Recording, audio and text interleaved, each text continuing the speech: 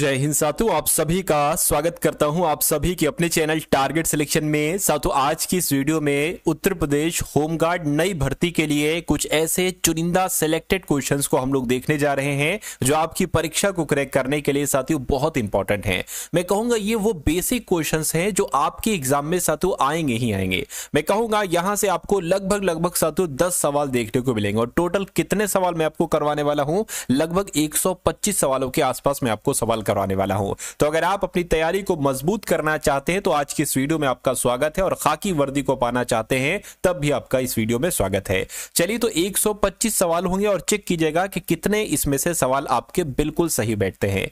चलिए, तो पहला सवाल आपकी स्क्रीन पर है, सौर मंडल का सबसे बड़ा ग्रह कौन सा है? मैं कहूंगा सबसे बड़ा ग्रह बृहस्पति ग्रह। अगर आपसे एग्जाम में पूछा जाए सबसे छोटा ग्रह कौन सा है तो कमेंट में मुझे बताइए। मैं कहूंगा मैं भी आपको अगर बता दूं सौर मंडल का सबसे छोटा ग्रह कौन सा है, दीजिए। अभी मैंने आपको सवाल दिया, अभी ये सवाल आ गया, कोई दिक्कत नहीं साथियों। बुध ग्रह सबसे छोटा ग्रह है और बृहस्पति ग्रह सबसे बड़ा ग्रह है। अगला देखिए, करके किस ग्रह को सुबह शाम का तारा कहा जाता है? तो मैं कहूंगा शुक्र ग्रह की अगर बात करें तो साथियों सुबह शाम का तारा शुक्र ग्रह को ही कहा जाता है। सौर मंडल का सबसे चमकीला ग्रह कौन सा है? तो साथियों शुक्र ग्रह जो है ना, ये सौर मंडल का सबसे चमकीला ग्रह है। अगला सवाल देखिए, सौर मंडल में सबसे गर्म ग्रह की अगर बात करें कौन सा है? तो गर्म ग्रह भी साथियों शुक्र ग्रह। देखिए बहुत सारे सवाल बनते हैं, सबसे गर्म ग्रह तो शुक्र ग्रह, अगर पूछा जाए सबसे चमकीला ग्रह तब भी साथियों शुक्र ग्रह, और सुबह शाम का तारा तब भी साथियों शुक्र ग्रह, और सबसे गर्म सवाल तो आपके सामने है, सबसे गर्म ग्रह तो शुक्र ग्रह। अगला सवाल आपकी स्क्रीन पर है, किस ग्रह का कौन सा ग्रह सूर्य के सबसे नजदीक है? अगर आपसे पूछा जाए तो बुध ग्रह आपको बताना है सूर्य के सबसे नजदीक है। सौर मंडल में सबसे तेज हवाएं किस ग्रह पर चलती है? मंगल ग्रह पर, नेपच्यून ग्रह पर, शनि ग्रह पर, यूरेनस ग्रह पर? मैं कहूंगा नेपच्यून ग्रह पर सबसे तेज हवाएं चलती हैं। उसके बाद देखिए अगला सवाल, पृथ्वी पर दिन रात किस कारण होते हैं, है ना? तो ये साथियों घूर्णन की वजह से होते हैं। ये सवाल कई बार आपकी परीक्षा में आया है, इस बार भी आपसे पूछा जाएगा। उसके बाद देखिए, सौरमंडल में कुल ग्रहों की संख्या कितनी है? तो मैं कहूंगा सौरमंडल में कुल ग्रहों की संख्या साथियों 8 है, जिसमें से पृथ्वी एक ग्रह है जिसपे हम लोग विराजमान है, ये आपको ध्यान रखना है। और पृथ्वी का उपग्रह क्या है ये एक बार आप लोग कमेंट सेक्शन में मुझे बताइएगा। अगला देखिए, सबसे ठंडा ग्रह कौन सा है? तो सबसे गर्म ग्रह मैंने आपको बताया। सबसे ठंडे ग्रह की अगर बात करें तो साथियों यूरेनस है, ये आप लोग साथियों ध्यान रखेंगे, आंसर आपका बी होगा। चलिए अगला सवाल देखिए आपकी स्क्रीन पर है, करके किस ग्रह को लाल ग्रह कहा जाता है? तो मैं कहूंगा मंगल ग्रह को साथियों लाल ग्रह कहा जाता है, और पृथ्वी को नीला ग्रह कहा जाता है। उसके बाद देखिए कहा जा रहा है कि यूएनओ का मुख्यालय कहां पर है, यानी कि यूनाइटेड नेशन ऑर्गेनाइजेशन का मुख्यालय कहां पर है? संयुक्त राष्ट्र संघ का मुख्यालय कहां पर है? तो न्यूयॉर्क में है। उसके बाद देखिए अगला सवाल, भारत में कुल कितने हाई कोर्ट हैं? तो भारत में कितने राज्य हैं? अगर आपसे पूछा जाए 28 राज्य हैं। कितने केंद्र शासित प्रदेश हैं? तो 28 केंद्र शासित प्रदेश हैं। लेकिन कितने हाई कोर्ट हैं अगर पूछा जाए तो 25 हाई कोर्ट हैं। उसके बाद देखिए, रेलवे मंत्री पद पर पहली महिला कौन बनी थी? यानी कि रेलवे मंत्री पद पर पहली महिला जो बनी थी वो साथियों ममता बनर्जी बनी थी, ये भी आपको ध्यान रखना है। पृथ्वी का सबसे निकटतम ग्रह का साथियों कौन सा है? मंगल ग्रह, शुक्र ग्रह, बुध ग्रह, शनि ग्रह? तो आपको ध्यान रखना है शुक्र ग्रह पृथ्वी का सबसे निकटतम ग्रह है। अगला देखिए साथियों, है ना, सबसे बड़ा ग्रह कौन सा है? सबसे बड़ा ग्रह की अगर बात, देखिए मैंने अभी आपसे पूछा था सबसे ठंडा ग्रह कौन सा है, तो मैंने आपको यूरेनस बताया था। अगर सवाल में ऐसे पूछा जाए कि सूर्य से दूरी के आधार पर सबसे ठंडा ग्रह कौन सा है, तो आपको साथियों नेपच्यून बताना है, यानी कि तो आपको वरुण ग्रह बताना है। खैर अगला सवाल देखिए, सबसे बड़ा ग्रह मैंने आपको बताया बृहस्पति ग्रह है। मानव शरीर की सबसे छोटी हड्डी कौन सी है? साथियों अब टॉपिक आपके सामने यहां पर चेंज हो चुका है। मानव शरीर की सबसे छोटी हड्डी जो होती है वो साथियों कान में होती है। इसका नाम क्या है? इसका नाम साथियों स्टेपीज है। और सबसे बड़ी हड्डी की अगर बात करें साथियों, ये हमारी जांग में होती है। इसका नाम क्या होता है? इसका नाम साथियों फीमर होता है। तो ये दोनों बातें आप लोग याद रखेंगे। नीति आयोग का गठन कब किया गया था? तो मैं कह सकता हूं नीति आयोग का गठन 2015 में किया गया था, आंसर आपका सी होगा। उसके बाद देखिए, करके भारतीय रिजर्व बैंक यानी कि रिजर्व बैंक ऑफ इंडिया की स्थापना कब की गई थी? 1925 में नहीं, 1930 में नहीं, 1934 में भी नहीं साथियों। अगर आपका जवाब ऑप्शन नंबर डी 1935 है तो बिल्कुल करेक्ट है। इसरो की अगर बात करें, इसका मुख्यालय कहां पर है? देखिए इसरो की फुल फॉर्म होती है इंडियन स्पेस रिसर्च ऑर्गेनाइजेशन, और इसका मुख्यालय साथियों कहां पर स्थित है? बेंगलुरु में स्थित है। उसके बाद देखिए अगला सवाल कह रहे कि डीआरडीओ का मुख्यालय कहां पर स्थित है, मुझे बताइए। चलिए डिफेंस रिसर्च डेवलपमेंट ऑर्गेनाइजेशन, ये इसकी फुल फॉर्म है। और इसका हेडक्वार्टर अगर आपसे पूछे तो साथियों इसका हेडक्वार्टर कहां पर स्थित है? दिल्ली में इसका हेडक्वार्टर स्थित है। अगला देखिए, भारतीय अंतरिक्ष अनुसंधान संगठन, इंडियन स्पेस रिसर्च ऑर्गेनाइजेशन, तो इसको इंग्लिश में कहेंगे लेकिन हिंदी में भारतीय अंतरिक्ष अनुसंधान संगठन कहेंगे। इसकी स्थापना कब हुई थी? तो इसकी स्थापना साथियों 1969 में हुई थी। ये बात भी आपको ध्यान रखना है। बीएसएनएल की अगर साथियों यहां पर हम लोग बात करें कि बीएसएनएल की स्थापना कब हुई थी, ये आप लोग यहां पर साथियों मुझे फटाफट बता दीजिए। आपको ध्यान रखना है साथियों कि बीएसएनएल की स्थापना की अगर बात करें तो 2000 में इसकी साथियों स्थापना हुई थी। लेकिन बीएसएनएल का इसको फुल फॉर्म क्या है? तो भारत संचार लिमिटेड, भारत संचार निगम लिमिटेड इसकी फुल फॉर्म हो जाएगी। और भारतीय संचार निगम लिमिटेड इसको हिंदी में हम लोग कह सकते हैं। उसके बाद देखिए अगला सवाल क्या है कि यूनेस्को का मुख्यालय कहां पर स्थित है? तो यूनेस्को का मुख्यालय फ्रांस की राजधानी पेरिस में स्थित है। आंसर आपका बी होगा। उसके बाद देखिए WHO यानी कि वर्ल्ड हेल्थ ऑर्गेनाइजेशन, विश्व स्वास्थ्य संगठन, इसका मुख्यालय कहां पर है? तो मैं कहूंगा जेनेवा में इसका मुख्यालय स्थित है।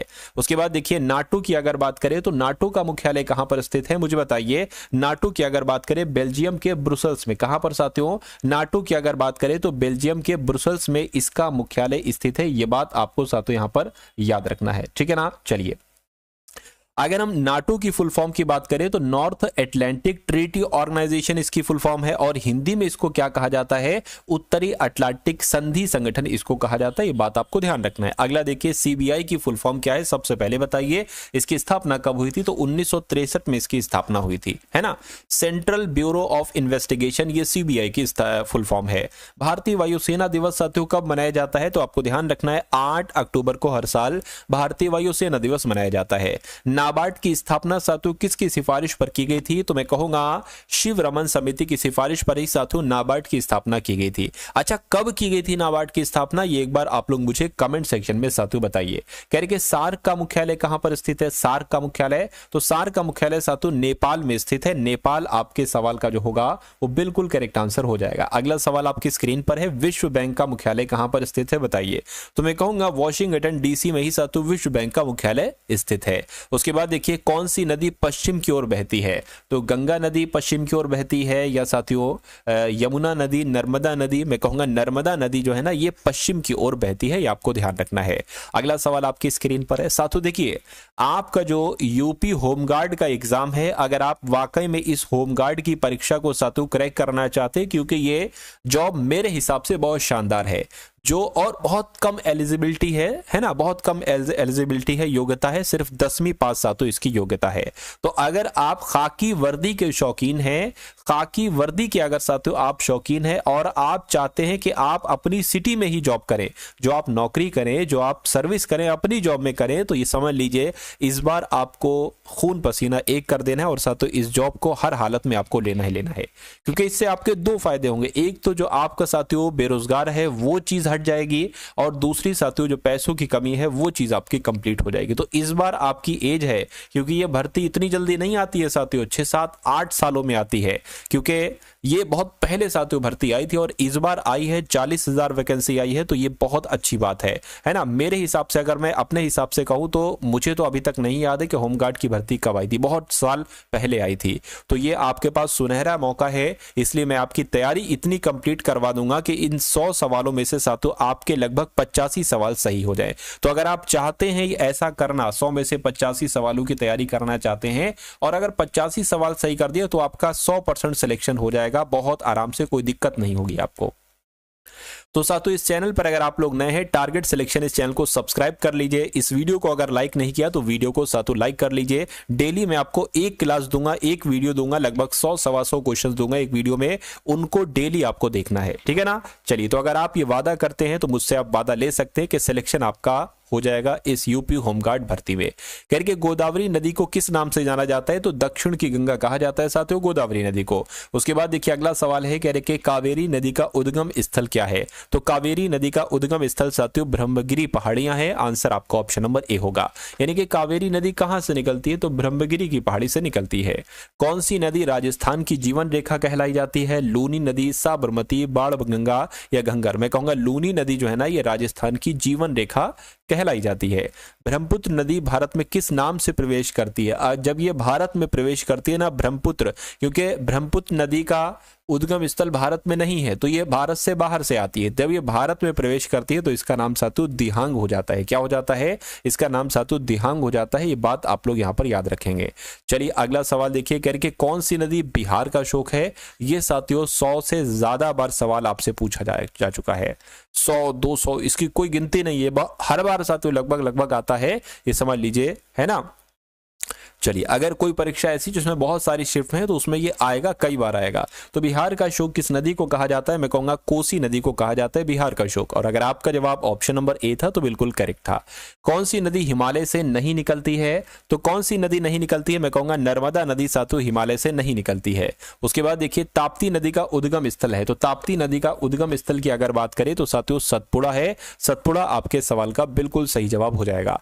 अगला देखिए, कौन सी नदी बंगाल की खाड़ी में नहीं गिरती है? तो कौन सी नदी बंगाल की खाड़ी में नहीं गिरती है? मैं कहूंगा लूनी नदी बंगाल की खाड़ी में नहीं गिरती है।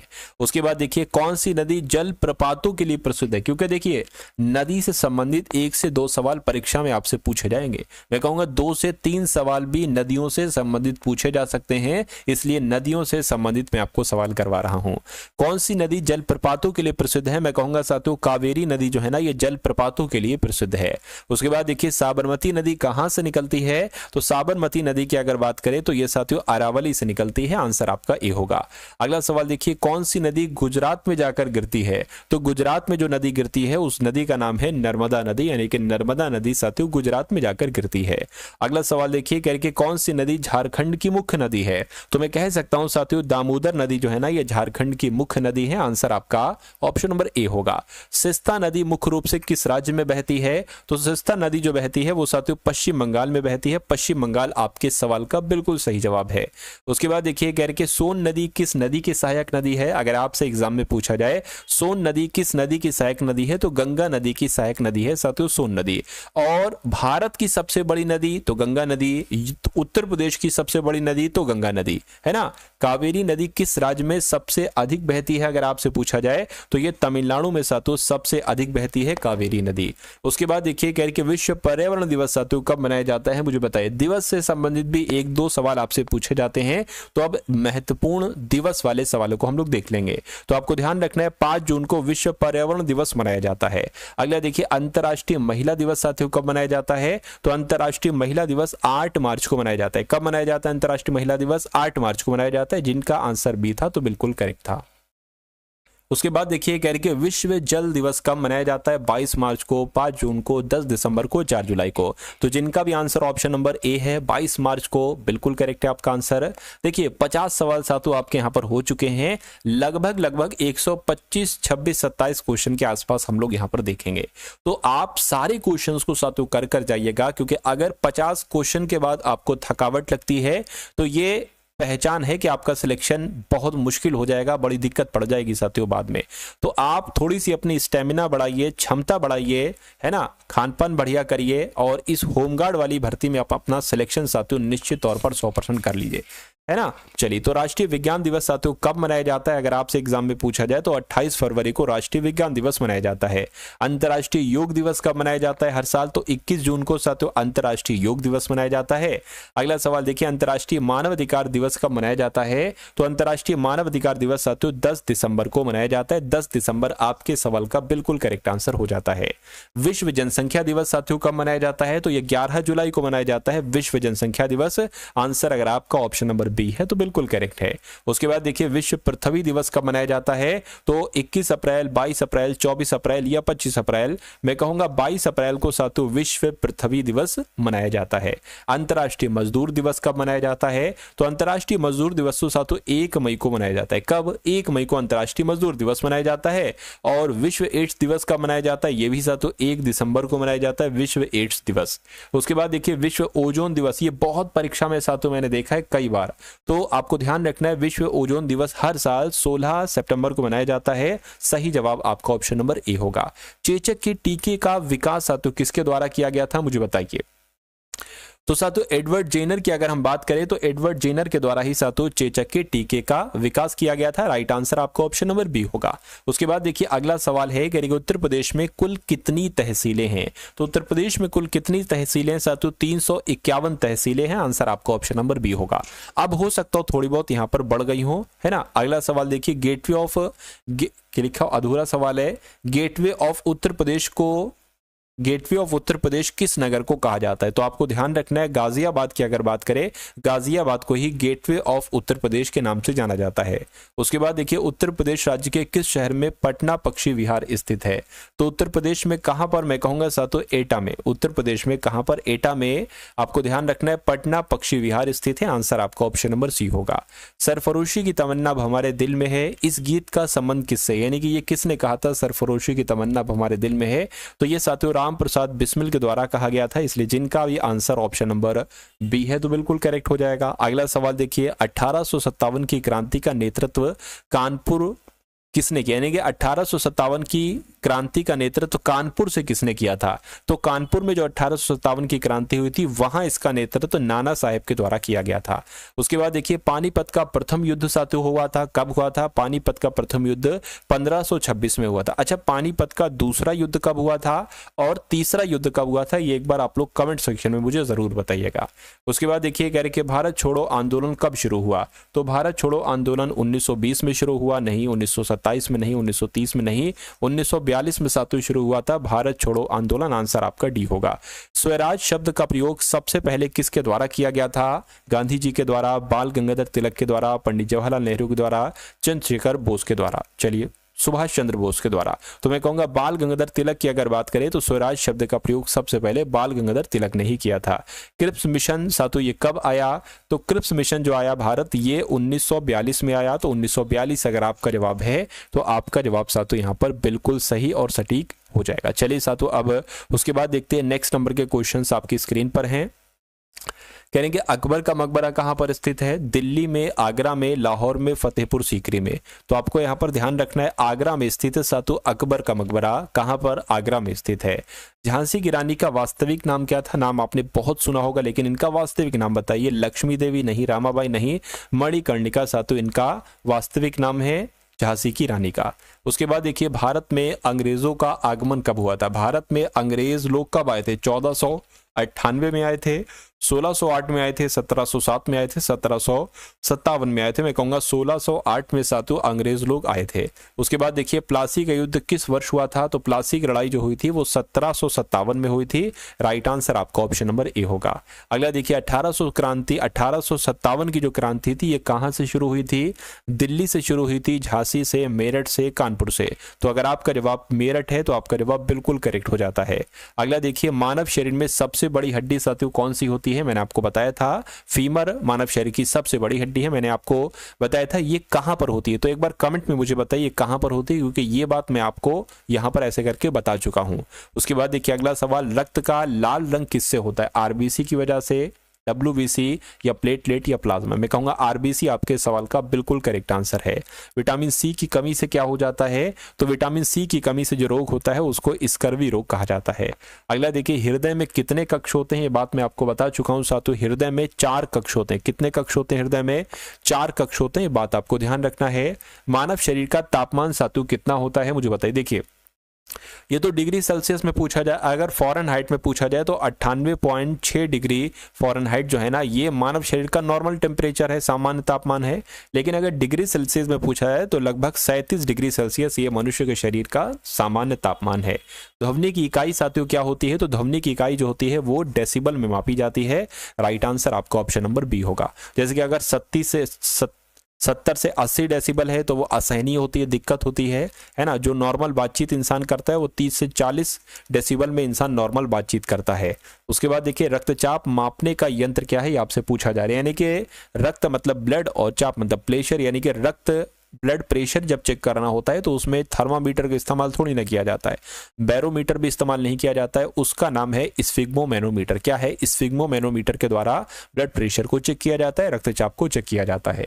उसके बाद देखिए भारतीय संविधान कब लागू किया गया? 15 अगस्त 1947 को, 26 नवंबर 1949 को, 26 जनवरी 1950 को। तो यहां पर आपका सबसे सटीक जवाब जो होगा वो ऑप्शन नंबर सी वाला होगा, यानी कि संविधान को 26 जनवरी 1950 को लागू किया गया था। अगला सवाल देखिए, मौलिक अधिकार किस भाग में है? तो मौलिक अधिकार साथियों किस भाग में है? मैं कहूंगा भाग 3 में है मौलिक अधिकार, इसलिए सही जवाब आपका ऑप्शन नंबर बी होगा, है ना। राष्ट्रपति के कार्यकाल की अगर बात करें, 4 वर्ष का होता है, 5 वर्ष का होता है, 6 वर्ष का होता है, 7 वर्ष का होता है। अगर सवाल आए तो 5 वर्ष आपको लगा देना है। अगला सवाल देखिए, अनुच्छेद 21 साथियों किससे संबंधित है? समानता के अधिकार से, स्वतंत्रता के अधिकार से, जीवन और व्यक्तिगत स्वतंत्रता के अधिकार से, या शिक्षा के अधिकार से? तो मैं कह सकता हूं अनुच्छेद 21 की अगर बात करें तो ये जीवन और व्यक्तिगत स्वतंत्रता से संबंधित है। इसमें इसी चीज का जिक्र किया गया है अनुच्छेद 21 में। भारत का सबसे बड़ा राज्य कौन सा है क्षेत्रफल के दृष्टिकोण से? तो सबसे बड़ा राज्य क्षेत्रफल के दृष्टिकोण से राजस्थान है, जनसंख्या के हिसाब से साथियों उत्तर प्रदेश है, ठीक है ना। चलिए उसके बाद अगर बात करते हैं साथियों उत्तर प्रदेश की अगर बात करें, 75 जिलों में, है ना, 75 जिलों में लखीमपुर खीरी जो है ना ये क्षेत्रफल के हिसाब से सबसे बड़ा है, लेकिन अगर प्रयागराज की बात करें तो ये जनसंख्या के हिसाब से सबसे बड़ा है। उसके बाद देखिए मानव शरीर की सबसे बड़ी ग्रंथि कौन सी है? तो आप लोग ध्यान रखेंगे यकृत की अगर बात करें तो ये मानव शरीर की सबसे बड़ी ग्रंथि कहलाई जाती है। सबसे कठोर प्राकृतिक पदार्थ कौन सा है मुझे बताइए? साथियों ग्रेफाइट है, मोहा है, हीरा है, या तांबा है? तो आपका जवाब यहाँ पर जो होगा वो हीरा हो जाएगा, क्योंकि हीरा जो है ना ये सबसे कठोर प्राकृतिक पदार्थ है। सही जवाब जिनका ऑप्शन नंबर सी था, तो बिल्कुल करेक्ट था। भारतीय संविधान किस देश के संविधान से प्रेरित है? तो भारतीय संविधान तो बहुत सारे देशों से प्रेरित है, इंग्लैंड से भी कुछ चीजें ली गई हैं, अमेरिका से, कनाडा से, यानी कि आपका जवाब यहाँ पर ऑप्शन नंबर डी हो जाता है। भारत में योजना आयोग की स्थापना साथियों कब हुई थी? तो योजना आयोग की स्थापना कब हुई थी अगर आपसे सवाल पूछा जाए तो 1950 में योजना आयोग की स्थापना हुई थी। ये बात आपको साथियों यहाँ पर मालूम होना चाहिए। उसके बाद देखिए अगला सवाल है कि संविधान दिवस साथियों कब मनाया जाता है मुझे बताइए? संविधान दिवस साथियों देखिए 26 जनवरी को मनाया जाता है, या 15 अगस्त को, 26 नवंबर को, 26 नवंबर को मैं कहूंगा संविधान दिवस मनाया जाता है, 14 नवंबर को भी नहीं मनाया जाता है। तो जो लोग भी यहाँ पर ऑप्शन नंबर डी के साथ हैं तो बिल्कुल करेक्ट आपका आंसर है। उसके बाद देखिए अगला सवाल, मानव शरीर में रक्त को शुद्ध करने वाला अंग कौन, यानी कि रक्त को, हमारे ब्लड को शुद्ध कौन करता है? तो गुर्दा जो है ना ये हमारे ब्लड को साथियों शुद्ध करता है। उसके बाद देखिए यूएनओ का मुख्यालय साथियों कहां पर स्थित है? यानी कि यूनाइटेड नेशन ऑर्गेनाइजेशन का मुख्यालय मैंने आपको बताया था साथियों, इसी क्लास में बताया। तो अगर आपको याद है तो एक बार कमेंट में मुझे बताइएगा यूनाइटेड नेशन ऑर्गेनाइजेशन का मुख्यालय कहां पर स्थित है। अगला देखिए जय जवान जय किसान का नारा किसने दिया था? तो पंडित जवाहरलाल नेहरू ने, सुभाष चंद्र बोस ने नहीं साथियों, लाल बहादुर शास्त्री के द्वारा ही जय जवान जय किसान का नारा दिया गया था। ये सवाल पूछे जाएंगे साथियों, इसलिए इन सवालों को बहुत अच्छे तरीके से आप लोग क्लियर करते रहिएगा। ध्वनि की गति सबसे अधिक कहां होती है? देखिए ध्वनि की गति जो होती है सबसे तेज क्या हवा में होती है, जल में होती है? नहीं साथियों, सबसे तेज ठोस पदार्थ में होती है, इसलिए आंसर आपका सी होगा। भारत का पहला उपग्रह साथियों कौन सा था? तो भारत का पहला उपग्रह की अगर बात करें तो आर्यभट्ट जो था ना ये भारत का पहला उपग्रह था। उसके बाद देखिए गांधी जी ने दांडी यात्रा साथियों कब शुरू की थी? ये आपसे पूछा जा रहा है। तो 1930 में साथियों शुरू की थी, यानी कि गांधी जी की अगर बात करें तो दांडी यात्रा इन्होंने कब शुरू की थी? 1930 में साथियों शुरू की थी। आंसर आपका भी होगा। अब उसके बाद देखिए बाबरनामा के लेखक कौन है? हुमायूं है, बाबर है, अकबर है, या बीरबल है? तो आपका जवाब यहाँ पर बाबर ही हो जाएगा, यानी कि बाबरनामा के लेखक बाबर ही है।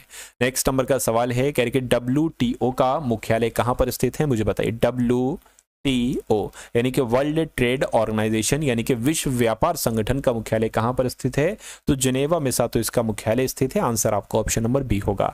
ओजोन परत कहां पाई जाती है? ओजोन परत आयन मंडल में, बहिर्मंडल में, शोभ मंडल में, या समताप मंडल में? तो साथियों ये समताप मंडल में पाई जाती है ओजोन परत। आंसर आपका डी होगा। दूध का मुख्य घटक कौन सा होता है? प्रोटीन, वसा, लैक्टोज, या कैल्शियम? मैं कहूंगा लैक्टोज आपके सवाल का बिल्कुल सही जवाब हो जाएगा। उसके बाद देखिए साथियों अगला सवाल आपकी स्क्रीन पर है, कह रहे कि मानव शरीर में कुल हड्डियों की संख्या कितनी होती है, 204, 206 हड्डियां, या अगर बात करते हैं साथियों 208 या 210, तो 206 आप लोग यहां पर याद रखेंगे। अगला सवाल देखिए, इंसुलिन का आविष्कार किसके द्वारा किया गया था, तो इंसुलिन का आविष्कार एडवर्ड जेनर के द्वारा किया गया था, एफ बांटिक के द्वारा किया था। बिल्कुल साथियों, बांटिंग के द्वारा ही साथियों इंसुलिन का आविष्कार किया गया था। आंसर आपका भी होगा। पंचायती राज व्यवस्था का संबंध किससे है, पुलिस से है, न्यायपालिका से है, ग्रामीण विकास से या शिक्षा से है, तो साथियों ग्रामीण विकास से है पंचायती राज व्यवस्था का संबंध। उसके बाद देखिए कह रहे कि संविधान सभा के स्थायी अध्यक्ष आपसे पूछे जा रहे हैं, तो डॉक्टर राजेंद्र प्रसाद की अगर बात करें, ये संविधान सभा के स्थायी अध्यक्ष थे, ये आपको ध्यान रखना है। अच्छा, अस्थायी अध्यक्ष कौन थे, ये एक बार आप लोग कमेंट में मुझे बताइए, है ना, अस्थायी अध्यक्ष कौन थे, कमेंट सेक्शन में मुझे बताइए। विटामिन ए की कमी से कौन सा रोग होता है, तो विटामिन सी की कमी से मैंने आपको बताया था स्कर्वी रोग होता है, लेकिन विटामिन ए की कमी से साथियों रतौंधी नामक रोग होता है, ये बात आपको ध्यान रखना है। अगला देखिए, उत्तर प्रदेश का मैनचेस्टर किसको कहा जाता है, कोलकाता को कहते हैं, सूरत को कहते हैं, या साथियों मुंबई को कहते हैं, या कानपुर को कहते हैं, तो आपको ध्यान रखना है कि कानपुर को उत्तर प्रदेश का मैनचेस्टर कहा जाता है। अगला सवाल आपकी स्क्रीन पर है, कह रहे कि ये क्या है, ये कुछ नहीं है। अच्छा, उत्तर प्रदेश पुलिस में सब इंस्पेक्टर की नियुक्ति किस संस्था द्वारा की जाती है, तो कौन करता है, यूपीएससी थोड़ी ना करता है, एसएससी भी नहीं करता है, यूपीपीआर है ना, यूपीपीआरपीबी करता है, इसलिए सही जवाब आपका ऑप्शन नंबर सी होगा। उसके बाद देखिए, सूर्य से पृथ्वी तक प्रकाश कितने समय में पहुंचता है, कितना समय लगता है साथियों, 8 मिनट 20 सेकंड का समय लगता है, इसलिए जिनका आंसर यहां पर ऑप्शन नंबर सी के साथ तो बिल्कुल करेक्ट हो जाएगा। चलिए अगला सवाल साथियों आप लोग देखिए, कह रहे कि भारत में हरित क्रांति का जनक किसे कहा जाता है, तो नॉर्मल बोरलॉन्ग को, एमएस स्वामीनाथन को, मैं कहूंगा एमएस स्वामीनाथन को साथियों कहा जाता है भारत में हरित क्रांति का जनक, यानी कि आंसर आपका जो जाएगा वो ऑप्शन नंबर बी होगा। उसके बाद देखिए अगला सवाल आपकी स्क्रीन पर है, करके हरित क्रांति का सर्वाधिक प्रभाव जो फसल पर पड़ा था वो कौन सी फसल थी, मैं कहूंगा वो गेहूं थी, इसलिए आंसर आपका ऑप्शन नंबर सी है। अगला देखिए, ऑपरेशन फ्लड किससे संबंधित है, मत्स्य पालन से, दुग्ध पालन से, तिलहन से, या उर्वरक उत्पादन से, मैं कहूंगा दुग्ध उत्पादन से संबंधित है साथियों ऑपरेशन फ्लड, तो अगर आपका जवाब ऑप्शन नंबर बी था तो बिल्कुल करेक्ट था। श्वेत क्रांति के जनक आपसे पूछे जा रहे हैं, सिर्फ श्वेत क्रांति के जनक अगर पूछे जाए तो वर्गीज कुरियन आपको बता देना है, आंसर आपका ऑप्शन नंबर सी होगा। नीली क्रांति का संबंध साथियों किससे है, दूध से, कृषि से, मछली से, तो मैं कहूंगा मछली से साथियों नीली क्रांति का संबंध है, आंसर आपका सी होगा। अगला देखिए, भारत में सर्वाधिक दुग्ध उत्पादन वाला राज्य कौन सा है, यानी कि जो दूध का सबसे ज्यादा उत्पादन करता है, तो अपना उत्तर प्रदेश साथियों दूध का सबसे ज्यादा उत्पादन करता है। अगला देखिए, पीली क्रांति साथियों किससे संबंधित है, तो पीली की क्रांति की अगर बात करें, पा और ता ऐसे ध्यान रखेंगे, तिलहन उत्पादन से संबंधित है साथियों पीली क्रांति। भारत में हरित क्रांति की शुरुआत किस दशक में हुई थी, तो भारत में हरित क्रांति की शुरुआत साथियों 1960 के दशक में हुई थी। उसके बाद देखिए, पोल्ट्री फार्मिंग किससे संबंधित है, तो ये साथियों मुर्गी पालन से संबंधित है, आपको ध्यान रखना है। अगला सवाल आपकी स्क्रीन पर है, भारत में मत्स्य उत्पादन में अग्रणी राज्य कौन सा है, मत्स्य के उत्पादन में अग्रणी राज्य की अगर बात करें तो मध्य प्रदेश का जिक्र यहाँ पर आ जाता है। उसके बाद देखिए, हरित क्रांति किस पंचवर्षीय योजना से जुड़ी थी, तो हरित क्रांति साथियों ये तीसरी पंचवर्षीय योजना से जुड़ी थी, आंसर आपका ऑप्शन नंबर बी है। अगला देखिए, भारत में प्रति व्यक्ति दूध उपलब्धता जो है ना ये घटी है या स्थिर रही है या बढ़ी है, तो आपको ध्यान रखना है साथियों ये बढ़ी है, तो बढ़ी है यानी कि ऑप्शन नंबर सी आपका जवाब हो जाएगा। पशुपालन किस आर्थिक क्षेत्र में आता है, तो पशुपालन जो है ये प्राथमिक क्षेत्र में आता है, द्वितीय क्षेत्र में आता है, तृतीयक या सेवा क्षेत्र में आता है, तो पशुपालन की अगर बात करें तो ये पशुपालन जो है ना ये प्राथमिक आर्थिक क्षेत्र में आता है, आंसर आपका ए होगा। उसके बाद देखिए, भारत में सबसे अधिक भैंसें किस राज्य में पाई जाती हैं, तो सबसे अधिक भैंसों की अगर बात करते हैं साथियों यूपी पाई जाती हैं, ये आपको ध्यान रखना है, अपने प्रदेश में पाई जाती है। राष्ट्रीय दुग्ध दिवस साथियों कब मनाया जाता है, तो ये हर साल 26 सितंबर को मनाया जाता है राष्ट्रीय दुग्ध दिवस, इसलिए सही जवाब आपका ऑप्शन नंबर सी होगा। नेक्स्ट नंबर का सवाल आपकी स्क्रीन पर है, भारत का सबसे बड़ा दुग्ध सहकारी ब्रांड साथियों कौन सा है, तो कौन सा है, नंदिनी है, सुधा है, मदर डेयरी, अमूल का नाम साथियों ये आपने ज्यादा सुना होगा, इसलिए अमूल आपके सवाल का जो होगा वो बिल्कुल करेक्ट आंसर है। चलिए अगला सवाल देखिए साथियों, हरित क्रांति किस क्षेत्र तक सीमित रही, तो हरित क्रांति किस क्षेत्र तक सीमित रही आपसे पूछा जा रहा है, तो ये सिंचित क्षेत्र तक साथियों सीमित रही। उसके बाद देखिए करके, भारत में अंडा उत्पादन में अग्रणी राज्य कौन सा है, तो अगर बात करते हैं अंडे उत्पादन की तो आंध्र प्रदेश अग्रणी राज्य है अंडे के उत्पादन में। मत्स्य पालन में रोग फिन रॉट किससे संबंधित है? तो ये साथियों किससे संबंधित है? ये मछली से संबंधित है। आंसर आपका जो जाएगा वो ऑप्शन नंबर सी के साथ जाएगा। चलिए उसके बाद देखिए अगला सवाल आपकी स्क्रीन पर है, श्वेत क्रांति का आधार था, बताइए। श्वेत क्रांति का आधार जो था वो सातों सहकारी समितियां था, इसलिए सहकारी समितियां आपके सवाल का बिल्कुल सही जवाब हो जाएगा। और अंतिम सवाल आपकी स्क्रीन पर है, भारत का विश्व में दुग्ध उत्पादन में कौन सा स्थान है? तो विश्व में साथियों दुग्ध उत्पादन में जो भारत का स्थान है, पहला है, दूसरा है, तीसरा या चौथा है, इस बात का जवाब आपको साथियों कमेंट सेक्शन में मुझे बताना है, ठीक है ना। तो ये साथियों 129 क्वेश्चंस की क्लास आपको कैसी लगी एक बार कमेंट के माध्यम से साथियों आप लोग जरूर बताइएगा। उसके अलावा मैं आपको कुछ चीजें बता दे रहा हूं, वो आप लोग साथियों ध्यान रखिए। देखिए टेलीग्राम की अगर बात करते हैं, टेलीग्राम ग्रुप यूपी होमगार्ड वाले बच्चों के लिए बनाया गया है साथियों, जिसमें आपको क्वेश्चंस की प्रैक्टिस कराई जाएगी। और इसमें जैसे कि मैंने कल ही लगभग 50 एमसीक्यू इसमें डाले हैं, 50 एमसीक्यू की पीडीएफ इसमें डाली है। और इसमें जो भी कंटेंट आपको मिलेगा बिल्कुल निःशुल्क मिलेगा, बिना किसी है ना पैसे के साथियों ये आपको दिया जाएगा। चलिए तो यहां पर अगर बात करें, एक तो आप लोग ये टेलीग्राम ग्रुप को ज्वाइन कर लीजिएगा, इसमें आपको क्वेश्चंस की प्रैक्टिस कराई जाएगी, क्वेश्चंस के पोलिंग भी कराई जाएगी, पोल भी आपको दिए जाएंगे। उसके अलावा दूसरा जो ग्रुप है वो साथियों व्हाट्सअप का ग्रुप है। इस व्हाट्सअप ग्रुप को अगर आप ज्वाइन कर लेते हैं तो इसमें आपको ये जो यूपी होमगार्ड की क्लासेस हैं, इन क्लासेस के लिंक आपको मिल जाएंगे। और जो इस भर्ती की अगर बात करें, जो भी आपकी एग्जाम डेट परीक्षा तिथि है उसके बारे में जो जानकारी होगी वो आपको इसमें दी जाती रहेगी। तो ये दोनों ग्रुप को साथियों आप लोग जाकर ज्वाइन कर लीजिएगा। और इस वीडियो को अपने मित्रों के साथ साथियों जरूर शेयर कर दीजिएगा। वीडियो को लाइक नहीं किया तो वीडियो को लाइक कर दीजिए। चैनल पर अगर नए हैं तो चैनल को तुरंत आप लोग सब्सक्राइब करके बेल आइकन पर क्लिक कर लीजिए, है ना। चलिए तो मिलते हैं हम सभी लोग आने वाली वीडियो में। जय हिंद साथियों।